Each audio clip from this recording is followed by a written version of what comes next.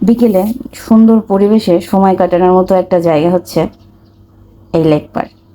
অনেকেই হয়তো চিনবে, কারণ ঢাকা শহরে খুবই পরিচিত একটা জন এটা।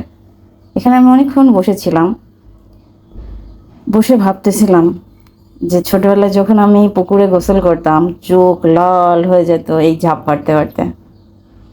আর একটা গাছ ছিল, বড়লা গাছ, গাছে আঠা হতো। গ্রামে সাধারণত বড়লা গাছ নামে চিনতাম গাছটাকে। বন্ধু বান্ধবের সাথে এটা নিয়ে, বিশেষ করে কাজিন ভাই বোন যারা ছিল, কম্পিটিশন হতো কে বড়লা গাছ থেকে ঝাঁপ দিয়ে কত দূর যাইতে পারে, এক ডুবে কে কত দূর যাইতে পারে, সাঁতরে কে এপার থেকে ওপার যাইতে পারে। তো আমি বসে বসে ভাবতেছিলাম যে এই বাচ্চাদের খুনসুটি দেখে ওরা কম্পিটিশন করতেছিল, কে আগে যায় কে পরে যায়, কে এপার থেকে ওপার যাবে, চ্যালেঞ্জ করতেছিল একে অন্যকে।